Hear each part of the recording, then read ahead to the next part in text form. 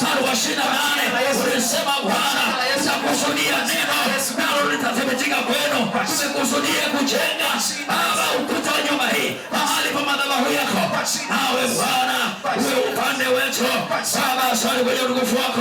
Hata Ezra pamoja na watumishi wako walipofunga katika mto wa Ahava, ndipo Bwana majibu ukaendelea kuwapa kwa kutoka kwa mfalme. Ninaomba Bwana wewe mwenyewe ukasimame kwa ajili yetu Bwana, ikiwa uchezo unaruhusiwa katika nyumba ya Bwana, ili Bwana sisi tumesimama na wewe Bwana, ukasimama pamoja na watumishi wako katika jina la Yesu.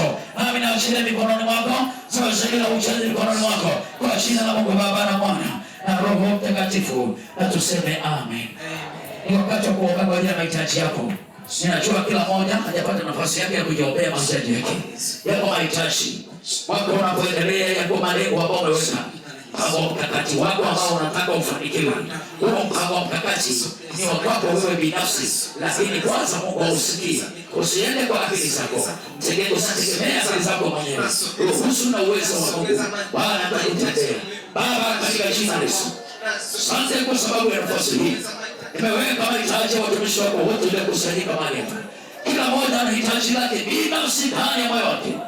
Anasema Bwana, ukinisaidia kesho, ukinisaidia mwezi huu, nami nitafanya moja na kingine. Na hayo mengine Bwana ulishafanikisha, lakini yaliyosalia Bwana tunatazama kutoka kwako. Asante kwa sababu kundi la watumishi wako wote waliokusanyika, kila mmoja amemtazama. Wengine watoto hawana karo, wengine chakula nyumbani sio kutosha, lakini wengine Bwana wanahitaji kujenga nyumba zao nzuri. Lakini pia Bwana yako mengi yanayohitajika kwa watu wako, mioyo ya watu wako.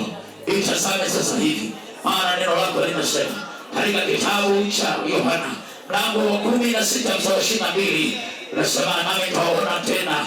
Bwana wewe unaona tena watu wako. Naomba Roho huyo Bwana na macho yako yatazame juu ya watu wako. Muone mama yule, muone kijana yule, muone yeyote ambayo sasa sauti yake imeelekea katika Mungu, nayo unaisha huduma ya watu wako sawa sawa.